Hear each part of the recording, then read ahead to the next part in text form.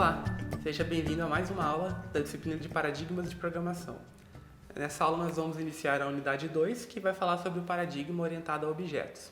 Essa primeira aula vai dar uma introdução, falar da motivação para a criação desse paradigma e vai falar dos conceitos básicos do paradigma. Então, a gente vai ver um pouco sobre a organização do código considerando esse paradigma. Vamos falar sobre o gap semântico e sobre algumas características básicas do paradigma orientado a objetos.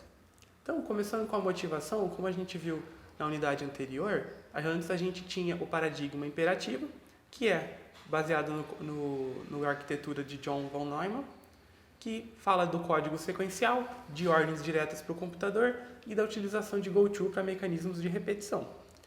E a evolução do paradigma imperativo, que foi o estruturado, que mexia com as estruturas básicas de sequência, decisão e repetição.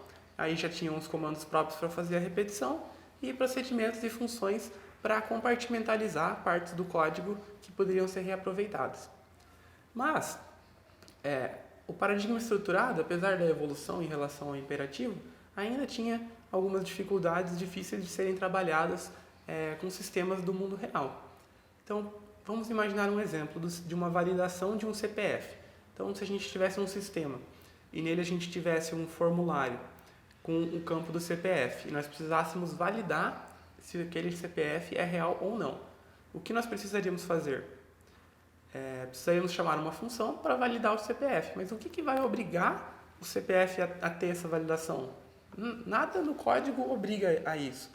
O próprio programador tem que estar ciente que tem que ser feita essa validação e ele precisa programar isso em todos os lugares que forem necessários. Então, sempre que eu for pegar um CPF, vou precisar fazer isso. Se houver 50 formulários, o código vai precisar ser escrito em 50 lugares. E se o código precisar ser alterado, vai ser precisar alterado em 50 lugares diferentes. Então, isso é algo extremamente trabalhoso e arriscado para o programador fazer. E também, se entrar um novo desenvolvedor na equipe, ele vai ter que ler uma documentação enorme de partes do código que ele nem vai mexer, mas ele precisa entender como funciona, porque caso ele encontre um CPF, ele vai precisar saber que ele precisa validar naquele local do código. E também ler o código de outro desenvolvedor não deveria ser necessário. O código devia ser transparente o suficiente para que, de acordo com o que o código se propõe a fazer, você só precisa saber o que você precisa passar de parâmetro e qual vai ser o retorno dele. Então, isso não deveria ser necessário. Então, a ideia do paradigma orientado a objetos é melhorar a expressão computacional do mundo real. Então, o foco vai estar no problema ao invés da implementação computacional. O foco é no que fazer ao invés do como fazer. Então, a ideia é abstrair do mundo real e fazer o código de forma que ele fique mais próximo daquilo que a gente tem do problema do que de como o computador vai fazer aquilo, instrução por instrução, que é a ideia do paradigma imperativo. Então, o conceito principal e a base de tudo nesse paradigma são os objetos e as interações que eles têm entre si. E também, para sistemas muito grandes, é necessário, então, uma organização excelente do código para que ele possa ser dado manutenção, para fazer novas funcionalidades e para que o sistema possa ter uma produtividade também. Então, como é que o código na programação orientada a objetos está estruturado? Na programação estruturada, a gente tem os dados e as funções e os procedimentos que vão mexer com esses dados. Já na programação orientada a objetos, a gente tem diferentes objetos que vão se comunicar entre si através de seus métodos. Então, os dados estão encapsulados juntos naquele objeto e eles só fazem a comunicação com os dados através de métodos que são criados especificamente para isso. Então, ao contrário da estruturada, que manipula os dados de maneira sem restrições. Na programação orientada a objetos, é necessário o uso dos métodos apropriados. E também a orientação a objetos mexe com o conceito do acoplamento, que significa o nível de interdependência entre duas unidades de códigos diferentes. Então, quanto mais independente, ou seja, menos acoplado for o código, melhor, porque vai facilitar o reuso, a manutenção e o gerenciamento. Então, quando a gente tem duas partes diferentes de código, geralmente elas vão ter alguma dependência, porque o sistema ele precisa de várias partes do código que se conversam para construir as funcionalidades. Mas quanto mais independente a gente conseguir deixar essas partes, melhor. Outro conceito envolvido na orientação a objetos é o gap semântico. Um software ele vai realizar uma representação, modelo do mundo real. Então, como vocês podem ver na imagem, a gente tem o domínio do problema, que é no mundo real, que é o problema a ser resolvido. Vai ser feito um desenvolvimento de um software para fazer uma solução computacional no domínio da solução, que é o mundo computacional. Então, esse desenvolvimento ele vai gerar esse gap semântico, que é o quê? É a diferença entre o problema a ser resolvido, o domínio do mundo real, para o domínio da computação. Porque sempre que a gente vai fazer essa modelagem no computador, é perdido várias coisas da semântica do problema. Então, a proposta da orientação a objetos não é eliminar esse gap, mas sim diminuir em relação a outros paradigmas. Aí, começando com alguns dos fundamentos da orientação a objetos, o primeiro é a abstração, que a definição para a palavra, de acordo com o dicionário, é processo pelo qual se isolam características de um objeto, considerando os que tenham em comum certos grupos de objetos.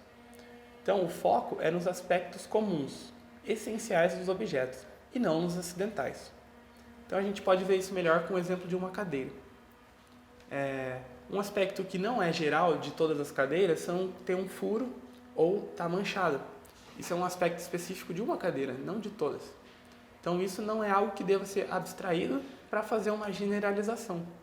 Então, como vocês podem ver na imagem, a gente tem uma cadeira, uma ideia de uma cadeira desenhada, que tem o que em comum? Que todas as cadeiras têm?